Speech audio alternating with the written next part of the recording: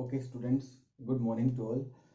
तो आज का टॉपिक हमारा होगा डिफरेंशिएशन या फिर डेरिवेटिव।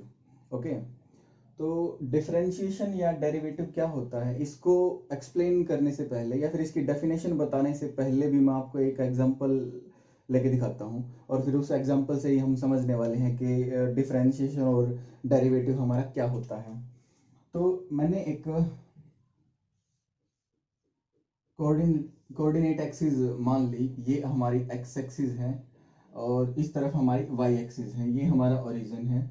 और एक कर्व मैं इसके ऊपर बना लेता हूँ, कोई भी कर्व ऐसे। तो कोई भी कर्व मैंने यहाँ पे बना ली है और इस कर्व के ऊपर एक पॉइंट मैंने बना, पॉइंट ये है हमारा पॉइंट ए। और इस पॉइंट ए के जो कोऑर्डिनेट्स हैं वो होंगे एक्स वाई। इसका मतलब यहाँ से यहाँ तक तो होगा एक्स, और यहाँ से यहाँ तक क्या होगा हमारा, यहाँ से यहाँ तक की वैल्यू होगी हमारी y। ठीक है, और फिर एक और पॉइंट मैंने मान लिया, ये b पॉइंट आपका, कि मैं a पॉइंट से b की तरफ चला गया। तो a से b की तरफ तो कुछ इस तरीके से गए होंगे आप, ये हमारा b पॉइंट है। और b पॉइंट के जो कोऑर्डिनेट्स होंगे वो क्या, भाई x आपका बढ़ गया ना थोड़ा सा। ठीक है, कितना बढ़ गया x, तो मैं मान लेता हूं कि x आपका यहां से यहां तक डेल्टा x इंक्रीज हो गया।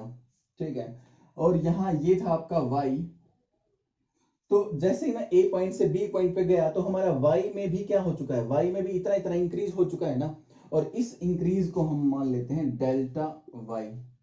इस डेल्टा का मतलब होता है यहाँ पे चेंज, एनी चेंज, कोई भी चेंज यहाँ पे हो सकता है।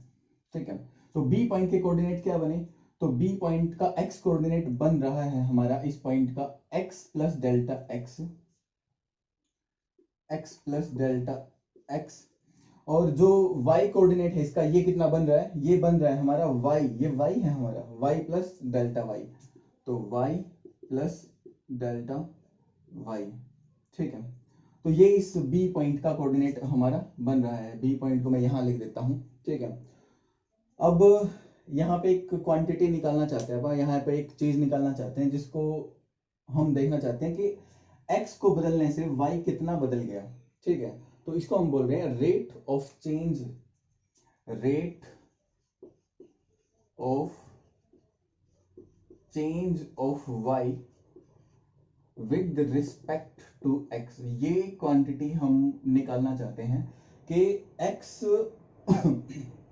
में चेंज होने से, जैसे जैसे हम a पॉइंट से b में गए हैं तो मैंने x को चेंज किया है, और इस x में चेंज होने की वजह से हमारा जो y है वो भी बदल चुका है। ठीक है, तो rate of change of y with respect to x निकालना है। इस रेट का मतलब होता है कि जब हमारा x यूनिट चेंज होगा, इस x में यूनिट चेंज होगा।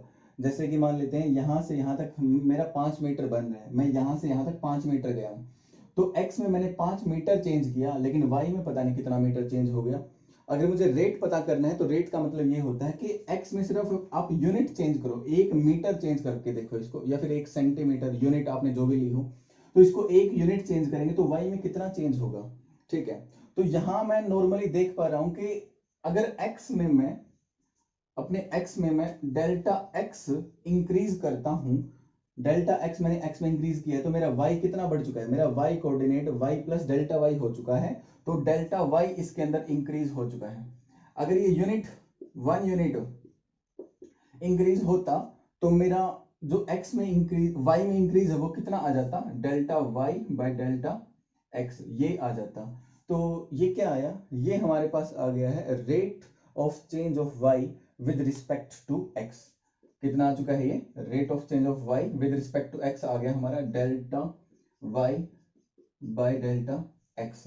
ये क्वांटिटी हमारे पास आ चुकी है फिलहाल, delta y by delta x। Okay, अब हम यहाँ पे देखना चाहते हैं कि ये जो ए बी लाइन है इस एक्सिस के साथ, ये जो हमारी एक्स एक्सिस है इसके साथ लगा लो, या इसके साथ कोई एंगल यहाँ पे बनाती है थीटा, इस एंगल को हमने थीटा मान लिया।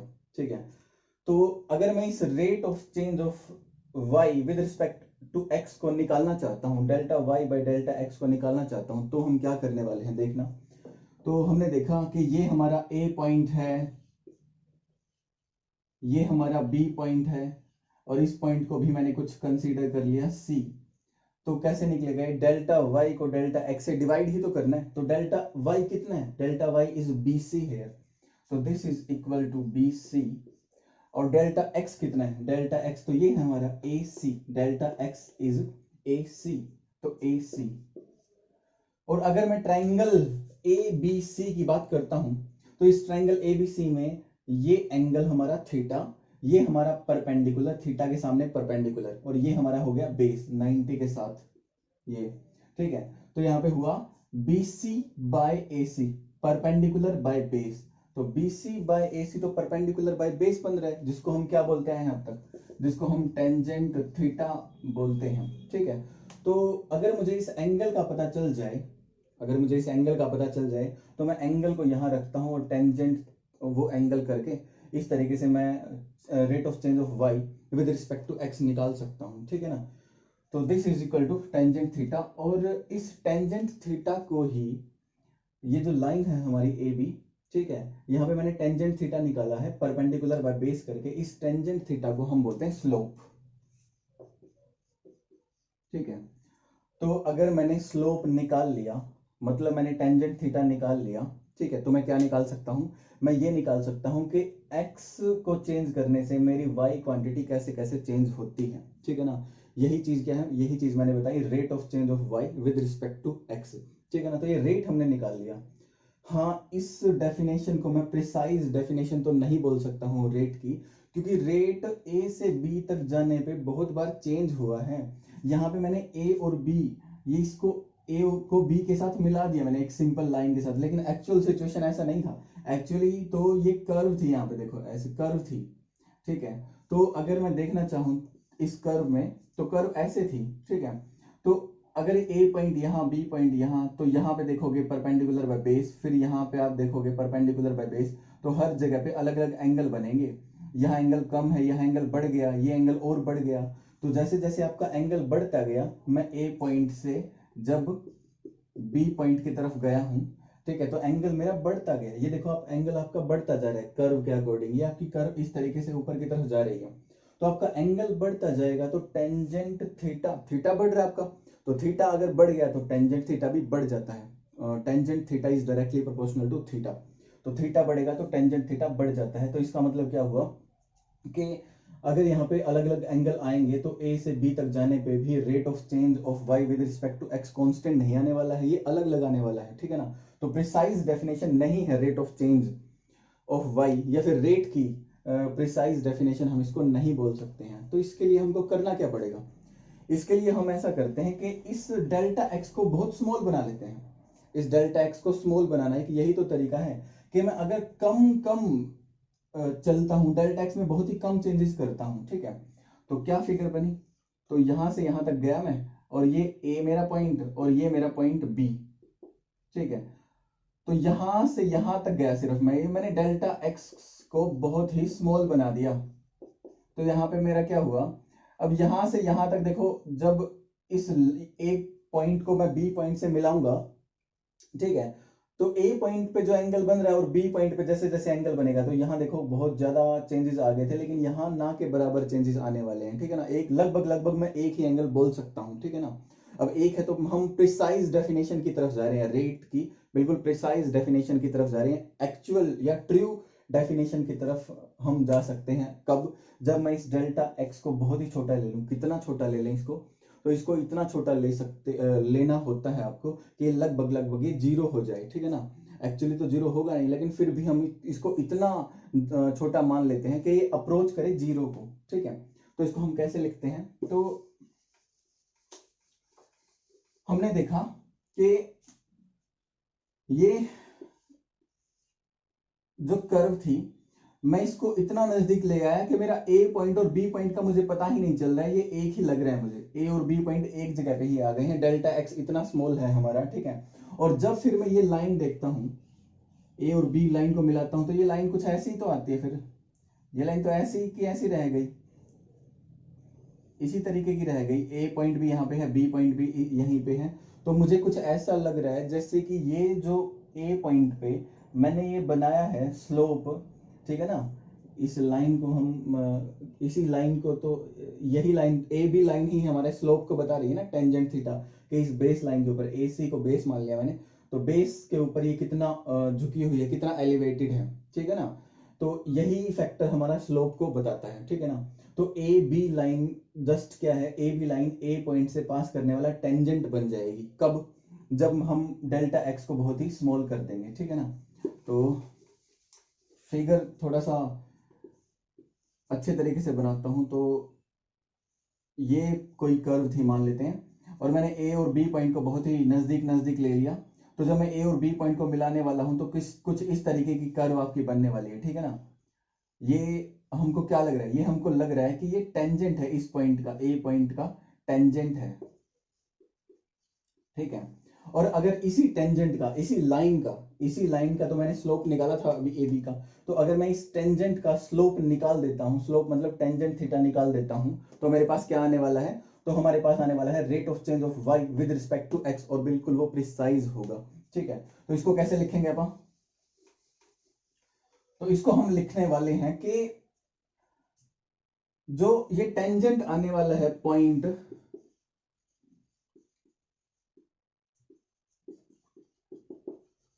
ए पॉइंट की मैं बात कर रहा हूं, ठीक है। तो टेंजेंट ऑन पॉइंट ए, अगर मैं इसका स्लोप निकाल देता हूं, और वो स्लोप हमको क्या देता है, वो स्लोप हमको देता है precise definition of rate of change of y with respect to x, ठीक है। और इसी को, यही जो हमारा स्लोप आने वाला है इस टेंजेंट का, इसी स्लोप को हम बोलते हैं differentiation of y with respect to x. यही टर्म है हमारी डिफरेंशिएशन, ठीक है। तो डिफरेंशिएशन बेसिकली हमको क्या बताता है, तो किसी भी क्वांटिटी का डिफरेंशिएशन, इसको ऐसे लिखेंगे पापा कि delta y by delta x, क्या है, rate of change of y with respect to x है। और यहां पे मैंने एक लिमिट अप्लाई कर दी, क्या लिमिट अप्लाई करी, कि delta x approaches to zero, delta x हमारा जीरो को अप्रोच कर रहा है, ठीक है ना। और जब ये जो डेल्टा एक्स हमारा जीरो को अप्रोच करेगा, या फिर ये जो डेल्टा मैंने लिया वो बहुत छोटा छोटा ले लिया, डेल्टा का मतलब चेंज, और ये चेंज ना के बराबर अगर मैं ले लेता हूं, तो मैं इस डेल्टा को डी में कन्वर्ट कर देता हूं, और इस डी का मतलब होता है वेरी वेरी स्मॉल चेंज, ठीक है। तो d y by d x मैं इसको लिख सकता हूं, ठीक है। जहां पे भी मैं डी लिखूंगा इसका मतलब है वेरी वेरी स्मॉल चेंजेस, ठीक है। और जहां पे डेल्टा होगा इसका मतलब कुछ भी वहां पे चेंजेस हो सकते हैं, इसीलिए मुझे यहाँ पे डेल्टा पे या फिर डेल्टा एक्स पे लिमिट अप्लाई करनी पड़ी कि delta x approaches to zero. तो जब ये डेल्टा एक्स ये बहुत ही छोटा होगा, ठीक है, तो ये लाइन भी क्या होगी, ये लाइन अपनी कर्व के ऊपर टेंजेंट की तरह काम करना स्टार्ट कर देगी। और अगर इसी टेंजेंट का मैं क्या निकाल देता हूं, अगर इसी टेंजेंट का मैं स्लोप निकाल देता हूं, रेट ऑफ चेंज निकाल देता हूं, ठीक है, तो यही हमको क्या देता है, यही हमको डिफरेंशिएशन देता है। तो इसी को बोलते हैं अपन डिफरेंशिएशन या फिर derivative of y with respect to x. और यहाँ पे जो y है वो फंक्शन किसका है, x का, मतलब y is dependent on x। जब मैंने x को चेंज किया था तब मेरा y चेंज हुआ था, ठीक है ना। तो हमारा y x के ऊपर डिपेंडेंट होना यहाँ पे जरूरी है। अगर मैं ऐसा कुछ देख लेता कि x को चेंज करने पे y में चेंज ही नहीं आता, अगर x को चेंज मैंने किया और y में कोई चेंज ही नहीं आए, तो इसका मतलब रेट तो चेंज हुआ ही नहीं, x को आप कितना भी चेंज करते जाओ y में कोई चेंज हो ही नहीं रहा है, तो डिफरेंशिएशन क्या हुआ, डिफरेंशिएशन तो उसका जीरो हो जाएगा ना। इसीलिए हम बोलते हैं कांस्टेंट क्वांटिटीज का जो डिफरेंशिएशन है वो जीरो होता है। इसका मतलब क्या, कांस्टेंट तो कांस्टेंट रहेगा हर बार। अगर कोई भी पैरामीटर आप चेंज करोगे, आप x को चेंज करो, आप y को चेंज करो, तो x और y को चेंज करने पे कोई कांस्टेंट की वैल्यू नहीं बदलती है, ठीक है। तो कांस्टेंट का डिफरेंशिएशन या डेरिवेटिव आपका हमेशा कितना रहता है, जीरो रहता है, ठीक है। तो यहां से हमको एक बात समझ आती है कि अगर मेरे पास कोई भी कर्व आ जाएगी, मेरे पास कोई भी कर्व वो हमको दे दे, और इस कर्व पे किसी भी पॉइंट पे अगर वो रेट ऑफ चेंज या फिर डिफरेंशिएशन हमको निकालने को कहे, rate of change of this quantity with respect to this quantity, मतलब y क्वांटिटी का x के रिस्पेक्ट में अगर वो रेट ऑफ चेंज निकालने के लिए हमको बोलेगा, तो हम बिल्कुल आसानी से उसको निकाल देंगे। कब, जब हमको वो ग्राफ दे देगा, क्योंकि हमको क्या निकालना है, हमको सिर्फ स्लोप ही तो निकालना है, या फिर हमको एक टेंजेंट थीटा ही तो निकालना है, ठीक है। लेकिन अगर सिचुएशन ऐसी आ जाए कि हमको ये कर्व नहीं दी गई है, हमको ये ग्राफ नहीं दिया गया है, हमको एक इक्वेशन दी गई है, ठीक है ना। ये एक कर्व है, इस कर्व को हम एक इक्वेशन से डिनोट कर सकते हैं। जैसे आपने एक पढ़ा होगा, 10th क्लास में भी पढ़ के आए होगे आप, स्ट्रेट लाइन होती है तो स्ट्रेट लाइन की भी एक इक्वेशन होती है, y = mx + c, आपने पढ़ लिया है, ठीक है। तो हर एक कर्व को किसी न किसी इक्वेशन से डिनोट किया जा सकता है, ठीक है। तो मैं एक एग्जांपल आपको ऐसा लेके दिखाता हूं जहां पे हमको इक्वेशन दी गई है और उस इक्वेशन को कैसे डिफरेंशिएट करने वाले हैं हम इस चीज को हमको देखना है। तो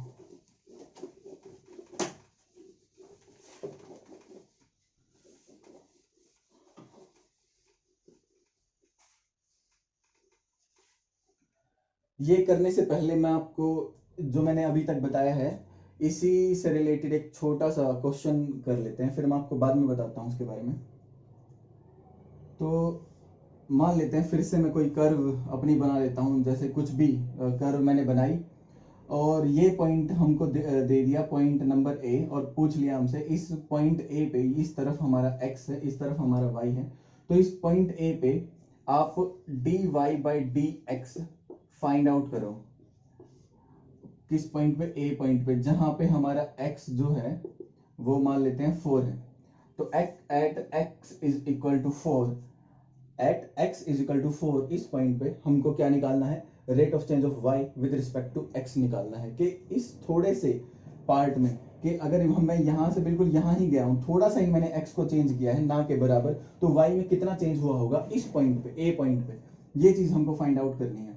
तो हमको अभी पता है dy/dx कैसे निकालते हैं। ये तो आपका टेंजेंट थीटा से निकाल लेते हैं, स्लोप से निकाल लेते हैं, ठीक है। और वो कुछ और पैरामीटर्स इसके अंदर दिए गए हैं, तो ये भी मैं मान लेता हूं। जैसे इस पॉइंट का टेंजेंट कुछ इस तरीके से बना, और ये पॉइंट आपका x = 2 है, और ये आपका मान लेते हैं 6 है यहाँ पे, ये यहाँ पे 3 है आपका y, ठीक है। तो ये मैंने यहाँ पे मान लिया, और इसके साथ जो एंगल बना लिया वो कितना है अपना? थीटा। तो मुझे क्या निकालना है? dy/dx निकालना है। तो dy/dx is equal to tangent theta, और टेंजेंट थीटा होता है अपना परपेंडिकुलर बाय बेस। तो यही तो है हमारा टेंजेंट, ठीक है। तो इसमें परपेंडिकुलर क्या है? ये है, और बेस क्या है अपना? बेस हमारा ये है। तो परपेंडिकुलर देख सकते हो आप फिगर में, आपको कितना दिया गया है? 6, और बेस कितना है? ये वाला बेस है हमारा। तो यहां से यहां तक टोटल आपका 4 है, और यहां से यहां तक 2 है, तो ये कितना बचा? ये बचा 2।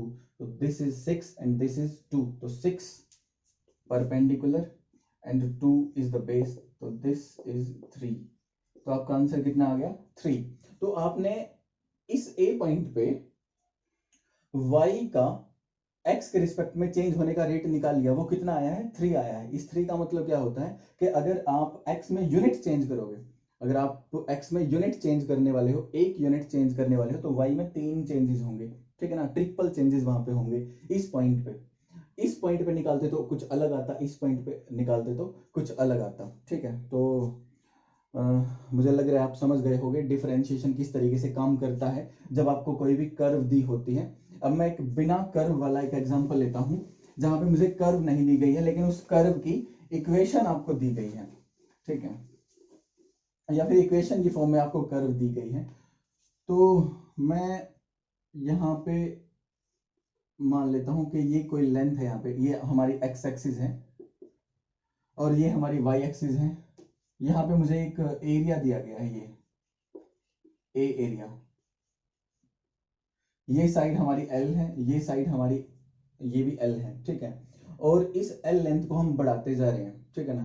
तो L लेंथ अगर बढ़ गई तो यहां से L हमारा बढ़ गया, इतना हो गया L, ऊपर भी L बढ़ गया, भाई दोनों साइड L ही हैं। तो अगर मैं L को इंक्रीज कर देता हूं, तो ये साइड L थी, ये साइड L थी, तो दोनों साइड ये भी इंक्रीज हो गया, ये भी इंक्रीज हो गया है, ठीक है ना।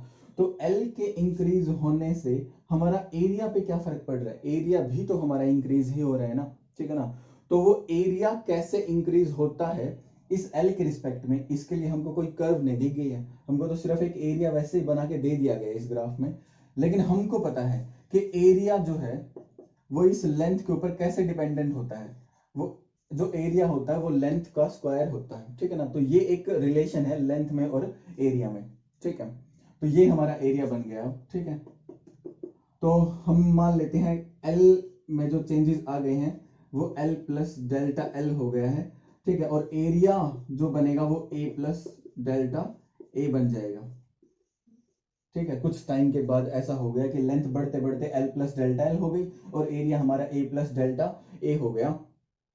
और एरिया का लेंथ के साथ रिलेशन हमको पता है कि एरिया कैसे निकलता है, लेंथ का स्क्वायर करने से निकलता है। आपको क्या निकालना है, आपको ये चीज निकालनी है कि rate of change of area with respect to length, ठीक है। कि जब लेंथ में 1 यूनिट चेंज करने वाले हो, जब आपकी लेंथ 1 मीटर बढ़ जाएगी तो आपका एरिया कितना बढ़ जाएगा। तो rate of change of area with respect to length, ये चीज हमको निकालनी है यहाँ पे। This is to find out, इसको अलग से लिख लेते हैं, d A by D L find out करना है हमको। ओके, तो अगर एरिया ए है तो लेंथ एल स्क्वायर एरिया के इक्वल आ गई है। अब हमने क्या देखा कि एरिया बढ़ के हो गया है डेल्टा ए प्लस डेल्टा ए। अच्छा, बढ़ी हुई लेंथ कितनी हो गई है, जो लेंथ हमारी है वो एल ये है और डेल्टा एल हमने इंक्रीज कर दिया यहाँ पे, तो बढ़ी हुई लेंथ हमारी एल प्लस डेल्टा एल है, ठीक है। और एरिया कैसे निकलता था, जो फाइनल एरिया होगा वो फाइनल लेंथ का स्क्वायर करके ही तो निकलने वाला है। तो इस टर्म को हम कैलकुलेट कर सकते हैं बहुत आसानी से।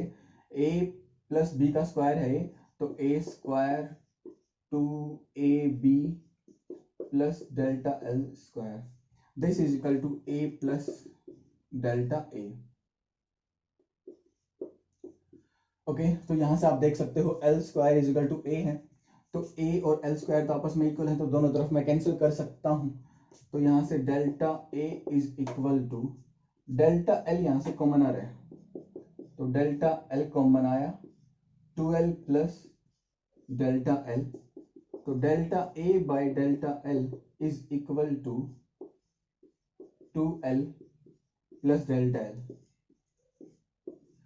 ये क्वांटिटी हमारे पास आ चुकी है delta A by delta L. इसका मतलब क्या होता है, इसका मतलब होता है चेंज इन एरिया ऊपर है और चेंज इन लेंथ नीचे की तरफ है, ठीक है। तो change in area per unit length, इसका तो यही मतलब है, यही चीज हमको निकालनी थी। लेकिन जब हम डिफरेंशिएशन की बात करते हैं, हमसे ये बात पूछिए D A by D L पूछा है, तो मैंने आपको बताया था जब मेरे पास delta Y by delta X था तो मैंने इसको डी में कन्वर्ट करने के लिए क्या किया था, एक लिमिट अप्लाई करनी पड़ी थी कि डेल्टा एक्स क्या होगा, 0 का अप्रोच करने वाला है आपको, ठीक है। तो आपका डेल्टा बहुत ही कम होना चाहिए, ठीक है।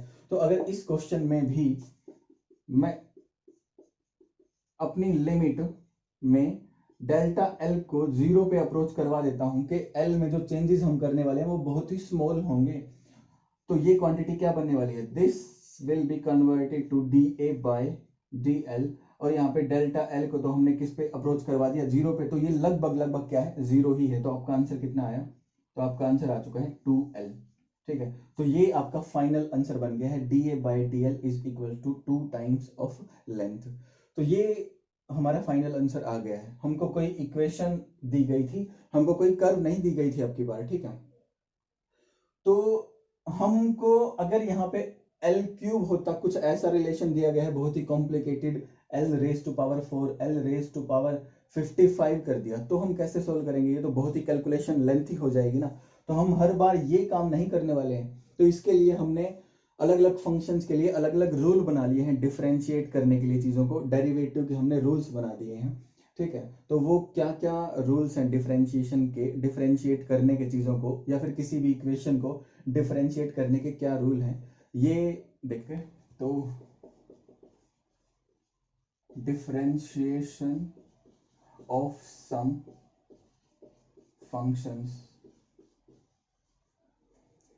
सबसे सिंपल लेते हैं। सबसे पहले x raise to power n, कोई भी नंबर, जैसे अभी हमारे पास एक नंबर आया था एल स्क्वायर, उसका डिफरेंशिएशन हमको करना था। इसी तरीके से x raise to power n, इसका डिफरेंशिएशन हमको करना है, ठीक है। तो ये कितना होगा, ये होगा n आगे आता है और एक पावर हमारी हो जाती है कम, तो n आगे आया और एक पावर हमने कर दी है कम। ये हमारा फॉर्मूला है। इसके बाद जैसे साइन x है हमारे पास, तो d by d x of sine x ये होता है cos x। इसी तरीके से हमारे पास होता है cos x, तो d by d x of cos x ये होता है माइनस साइन x आपके पास। अगर मैं टेंजेंट का डिफरेंशिएशन देखता हूँ तो d by d x of tangent x is equal to secant square x होता है। इसी तरीके से एक हमने देखा कोट x का डिफरेंशिएशन ये होता है minus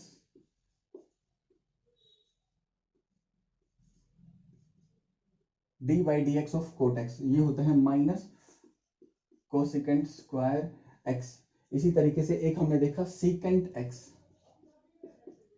d by d x of secant x ये होता है आपका secant x into tangent x। और कौन सा रह गया, एक हमने देखा cosecant d by d x of cosecant x ये होता है आपका minus cosecant x into coat x। इसके बाद एक लॉग फंक्शन हमने पढ़ा था, कल परसों ही पढ़ा था। तो log x का differentiation d by d x of log x ये होता है 1 बाई x। और एक एक्सपोनेंशियल फंक्शन भी हमने पढ़ा था कल, तो e raise to power x, अगर मैं इसका डिफरेंशिएशन कर देता हूं तो ये आता है मेरे पास same e raise to power x। e raise to power x को डिफरेंशिएट करोगे तो e raise to power x ही आने वाला है। ओके, तो ये कुछ हमारे पास फंक्शंस थे जिनका डिफरेंशिएशन हमको याद होना चाहिए हर टाइम, इनकी बार बार जरूरत पड़ती है हमको। इनके बाद कुछ हमारे पास कंपोजिट फंक्शंस भी होते हैं, उन कंपोजिट फंक्शंस का और डिफरेंशिएशन हम देखना चाहते हैं। तो ये देखते हैं कैसे होता है। अगर दो फंक्शन आपके मल्टीप्लाई में हो तो क्या होगा, अगर डिवाइड में हो तो क्या होगा, प्लस में हो तो क्या होगा। तो हमने देखा कि कोई फंक्शन था y, ये x का ही फंक्शन था, इसको c से मल्टीप्लाई कर लिया हमने, किसी कांस्टेंट से मल्टीप्लाई कर लिया और इसका d बाई डी एक्स करना है। ठीक है, d बाई डी एक्स मतलब डिफरेंशिएशन इसका करना है। तो ये कांस्टेंट आपका बाहर आ जाता है और सिर्फ इस y का डिफरेंशिएशन हम कर देते हैं। यहाँ पे जो y है वो x का ही फंक्शन है, यहाँ पे कोई x की ही टर्म्स आने वाली हैं। ठीक है, इसी तरीके से अगर कोई फंक्शन आपके पास है u प्लस वी, तो u का अलग कर दो x के रिस्पेक्ट में और v का अलग से कर दो x के रिस्पेक्ट में डिफरेंशिएशन। माइनस होगा तो भी यहाँ पे सेम ही होता है फॉर्मूला। अगर प्रोडक्ट आ गया है d by d x of u and v, तो अगर ये प्रोडक्ट आ गया है तो इसको प्रोडक्ट रूल से डिवाइड हम करते हैं, सॉरी डिफरेंशिएट हम करते हैं।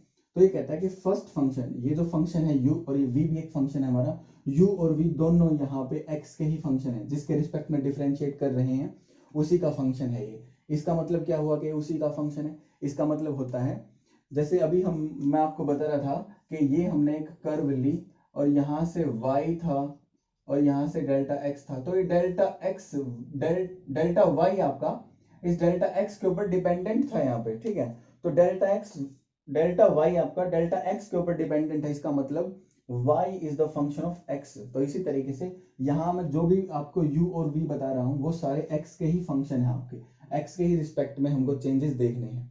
ओके, तो ये होता है first function as it is, ये फर्स्ट फंक्शन, ये हमारा सेकंड फंक्शन। तो first function as it is, differentiation of second plus second function as it is और फर्स्ट का डिफरेंशिएशन। इसी तरीके से अगर डिवाइड होते हैं दो फंक्शन आपके